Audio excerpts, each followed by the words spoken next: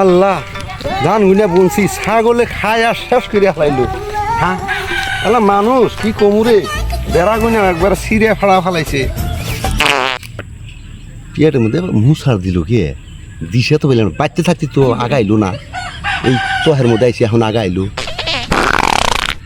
রাইতে খাইছি শুয়া 2 কেজি দই আর 5 কেজি মুড়ি আসবো না কে। আগার তো বঙ্গিনা দিশা পাইলাম না, জঙ্গলও তো নাই, ওই যে জঙ্গল দেখা গেছে তো নিয়ে যাওয়া না।